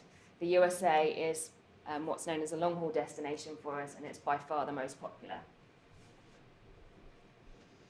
So, looking at travel from the UK to the US, last year in 2016, which is the most up-to-date figures we have, traffic to North America, so the USA and Canada, increased by 4% over 2015. 90% of that is to the USA, and the UK is the largest international source market for you guys, excluding Canada and Mexico. We forget about them, they're too close. Our average length of stay is 14 nights, and when you consider that travel to the USA includes city breaks to places like New York and Boston, slightly longer breaks to maybe Las Vegas, that average is pretty good, 14 nights. And our total spend on holidays to the USA was 4.8 billion, which is up 5% on 2015. So I just wanted to give you a little bit of heads up. The outlook for 2017, I'm afraid, isn't quite so good. We're going to be down a little bit year on year. There's been a huge amount of activity and noise around the Canadian 150th anniversary, and it's riding a massive high at the moment for UK travel. As I mentioned, our exchange rates, they've not been quite so good. And then our UK political situation and your US political situation has kind of had a little bit of an effect on us. Unfortunately, a lot of negative noise in our media. They like to kick up a bit of stink, so it's not done us many huge favours. But we're still travelling, and the best news is, what I've written there is the West is best. We've just spent a lot of time at our IPW, which is our international US trade show in Washington, and I was quite pleased to be sat on the Utah stand because a lot of our UK tour operators were saying it's not been a great year, but the West has definitely been best for us this year. Utah is still going to remain a bucket list style destination for UK travellers, and especially those that we call the discerning traveller, those that really think about their holiday and doesn't really bother them what's going on around it in any country. So think about some of the things that have happened in some of the Asian countries and things like that over the years. If they want to go somewhere, they're going to go somewhere. They're our discerning traveller. And the USA is still seen as a very, very safe destination. I know everyone's mentioned that already. In the UK, over the last few months, I mean, we've had it pretty bad. We've had Manchester attack, a couple of London attacks. It's scared us a little bit. So, we're looking for that safe destination, and the USA does that for us. So, our peak travel months are generally June to September. That's our summer.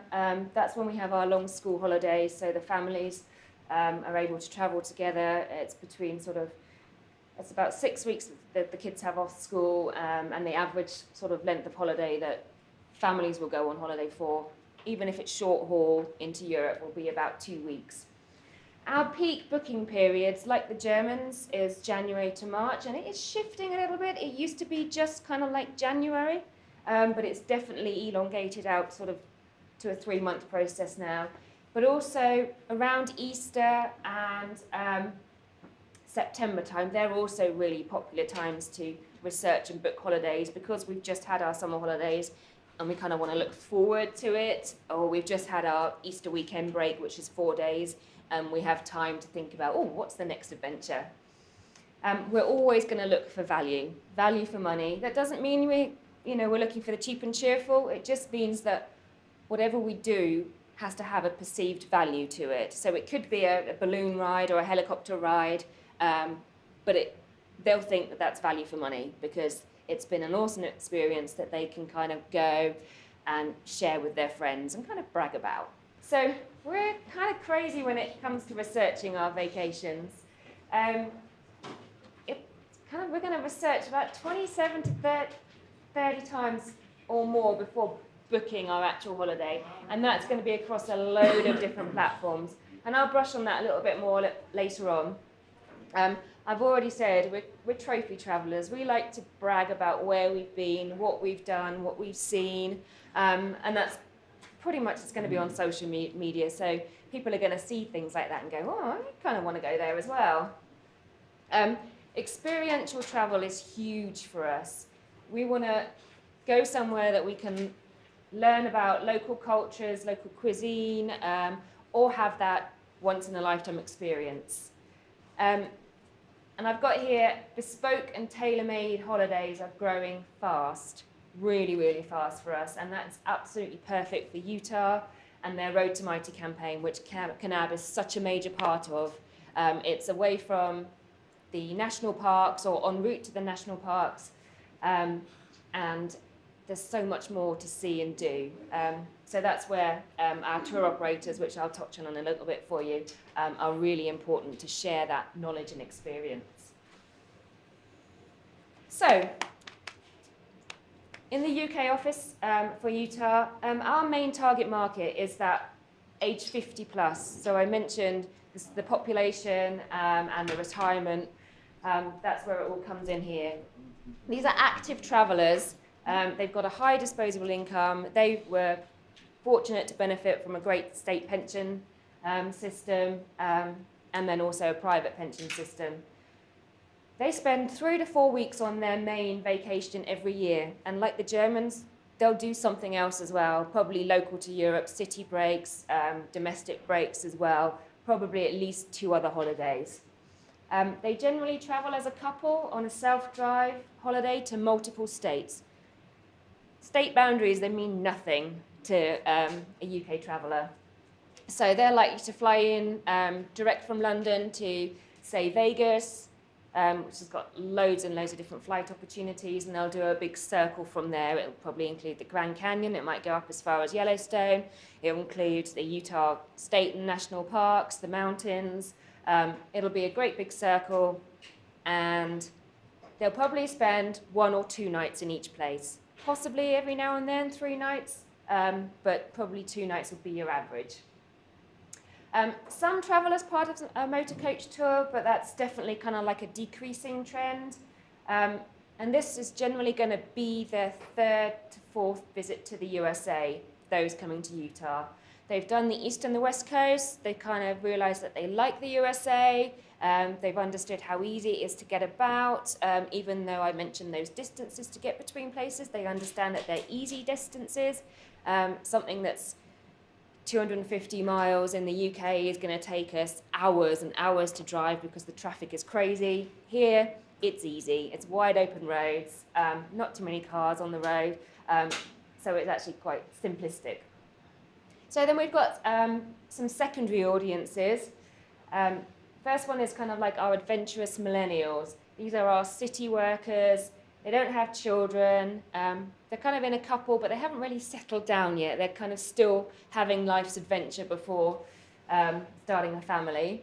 Then we've also got families with older children, probably 9-10 years and above, doing a kind of like road trip style holiday, very active, adventurous. And then also more for the north of Utah is experienced skiers with a passion to ski beyond Europe. And what I will say is a holiday to Utah for the British is kind of as adventurous as they want it to be. For some people, the adventure is just being out on the open road and exploring. For others, it's getting involved in all those activities, so rafting, mountain biking, long distance walks or hikes. But it doesn't necessarily have to be full-on active. It can just be the soft adventure and getting out and exploring and seeing the scenery.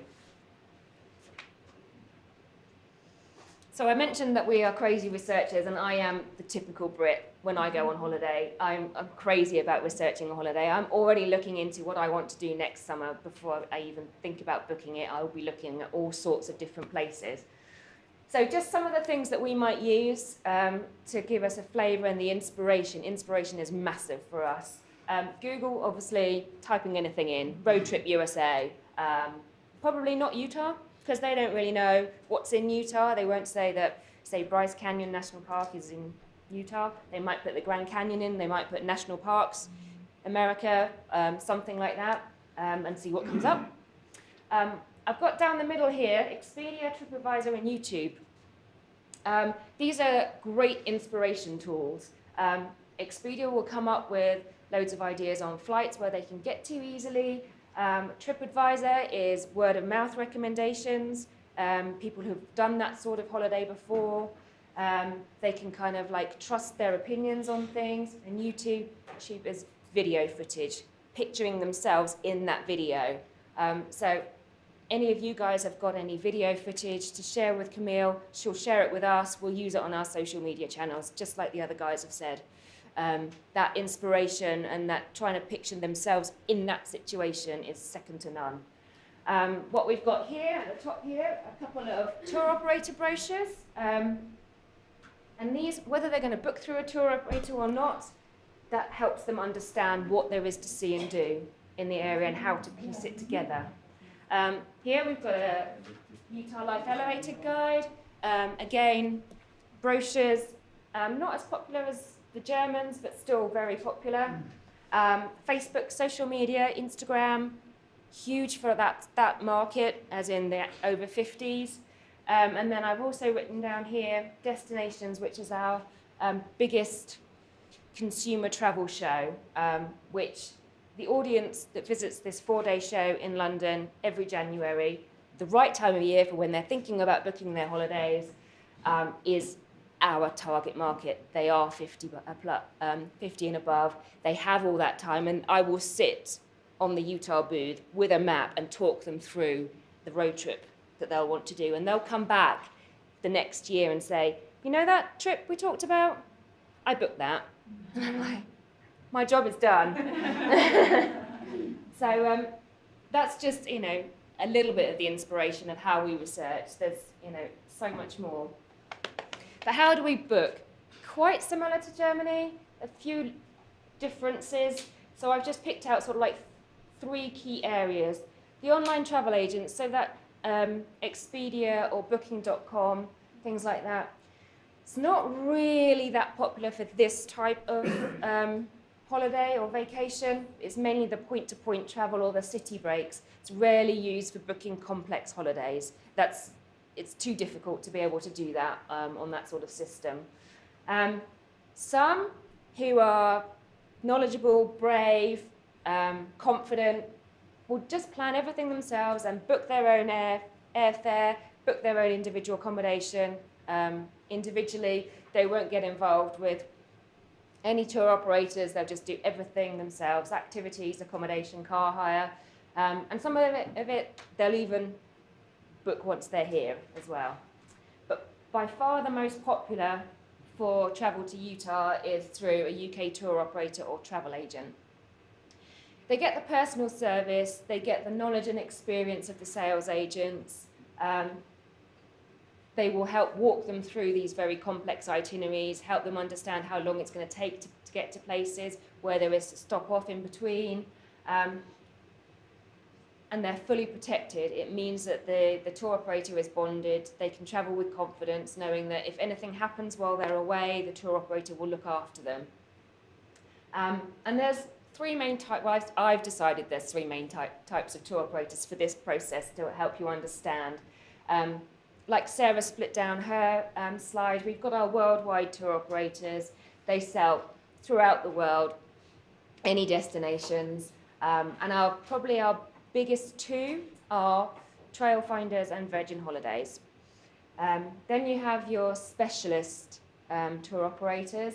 That can be specialist by country, so specialist US or North American tour operators, or activities, so ranch activities, walking activities, things like that. And then a very big market for us is our luxury tour operators. These guys, their clients will spend in excess of £10,000, so about $12,000 per person per booking. They like to stay in more exclusive places, and Utah is a luxury destination. You might not be able to stay in that luxury property every single night and have that sort of luxury accommodation, but the experience is luxury. It's something different, something that you can't do everywhere. And then for these tour operators, we have what we call B2B and we have B2C. B2C is very easy to explain. Our consumers, we go straight to that tour operator and book directly with them. B2B is business to business. So these are the tour operators who sell to our travel agents, so our retail stores, the shop fronts that are in our towns and cities, where clients can actually go in and sit and talk face to face with a retail agent. So next, that shows how complex it is. But just to give you an idea of the booking process, I guess, is at the top here you've got me, my folks, anybody who's wanting to go on holiday, and they have a couple of options how they're going to book. The B2C, so they book directly with the tour operator, or they can go into a retail store here. So we've walked into a shop, we said, I'm interested in going to the USA, would like to do a road trip, what do you suggest? And then they'll come up with these ideas, and then they will purchase the parts of that holiday through a business-to-business tour operator. And then in the middle here is the important part, is how do these guys purchase those elements of the holiday? And Nora explained it really, really well, and it's exactly the same in the UK. They can either directly contract with the hoteliers or the activity operators themselves, or they can work with a receptive or an inbound tour operator, the same thing. And we work with very similar receptives to the German market. For us in this area, Rocky Mountain Holiday Tours, RMHT, is by far the biggest, has the best reputation, the best portfolio for us. And they simplify the process for our tour operators and you guys. So that's really complex. It shows how difficult it can be, but working with Camille and the receptive tour operators makes it a lot more straightforward for you. So I think the others have said most of this for me. Why do we as Brits travel to Utah? It's that classic American road trip. That's probably the number one reason that they come, to get out on the open road. I think I've managed to pick a Thelma and Louise style holiday there. National parks are huge. As Derek said, there was a massive Brand USA promotion last year based around the 100th anniversary of the National Park Service. So it got a lot of media coverage in the UK. Great for us. Outdoor activities, I've said, well, yeah, some people will go hardcore and do the walking and hiking based activities, water activities, horseback riding. Some won't. That adventure is just being on the road. Wild West movie heritage, especially relevant for here in Kanab. They've kind of seen these iconic movies, the Western films, the more recent films, like I mentioned, Thelma and Louise, Forrest Gump, They've seen these areas and kind of pictured themselves there and said, oh, I want to see that area. Exploring local towns and villages. That's huge. It's so different in the UK. The house looks different. The main street looks different downtown. And they're the little stops that they'll make on the way. International dark sky parks. I can't say what an effect the skies here have on me when I'm here. I just can't believe how many stars I can see just even in a town, because your population is just so much fewer than ours. What you can see just in the town, let alone out in the wide open spaces. Milky Way, no chance of seeing that where I live, absolutely no chance, but a really good chance here. Culture and history, it's kind of an importance, but it's probably not why we travel.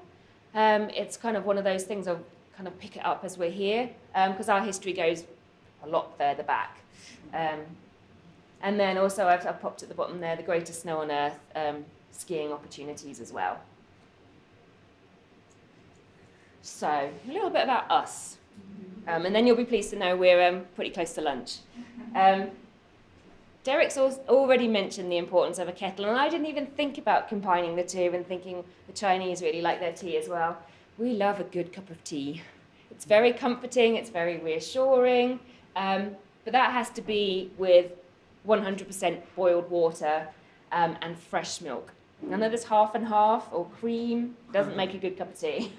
So if you have, even behind the reception of a hotel, a kettle that you can just loan out to a British traveller, that will go a long way. It really will.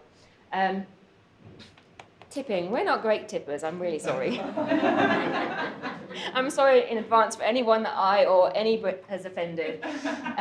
We typically tip for good service. So if we perceive that we haven't had good service, we ain't going to leave a tip. And then also, in terms of our average sort of percentage of what we would tip, 10 to 12%. 12 is like, wow. Somebody might go to 15, but 10% is our normal. Wi-Fi is really increasingly important for us, and not just in the reception of the hotel, and free. The evening meal, we kind of tend to find you guys eat a lot earlier than we do. Typically, if we're eating out, we probably won't make a reservation until at least 7 or 7:30. So when we're traveling, sometimes when we eat at 6, I'm like, I'm not really ready to eat my evening meal yet. Now, I've actually added to this list as I go along on this trip, because I've forgotten it. Some things that we say that are a little bit different to you guys. So our vacation is our holiday, so I probably use the word holiday quite a lot. Bathroom versus toilet, loo, little boys' room, ladies. The bathroom to us is where we go have a shower, not where we need the facilities to do our business. Pants versus trousers. Pants is our underwear, not a... I'm wearing trousers. A cheque versus the bill. So a cheque to us is what we write out as to pay from a bank. So a lot of people might say, can we have the bill, please? That means that we want to pay. And then typically in a restaurant, how do I say this without being rude? If you remove our plate before anyone else has finished eating, that's not a done thing in the UK. Everyone has to finish their meal first. And then bringing the cheque to us before we've asked for it kind of is telling us we want you to leave. We will ask for our bill when we're ready. The other one I put there is entree versus main course. Every now and then, sort of like some of the, especially the French language, kind of like transcends into the UK English, shall we say. So an entree translates in French to kind of like the beginning or the entry. So that to us is a starter, not our main dish of the meal. So you might get a little bit of confusion there. And then there's a few things I've added on here. Hike versus walk. So you guys, for anything that you say that you're going to go for a little stroll, or it's called a hike. To us, a hike is a strenuous activity. It's going to be probably at least an hour long, over maybe difficult terrain or something like that. Anything that you kind of like just walk a short distance to a viewpoint, which is like 150 meters as a walk to us. It's a stroll, it's not very far. So when you guys talk about a hike, that might just kind of like throw us a bit and think that, oh, it's going to be too much for me to cope with. Yesterday, the wave was definitely a hike. Definitely a hike. What else did I pick up? Football versus soccer.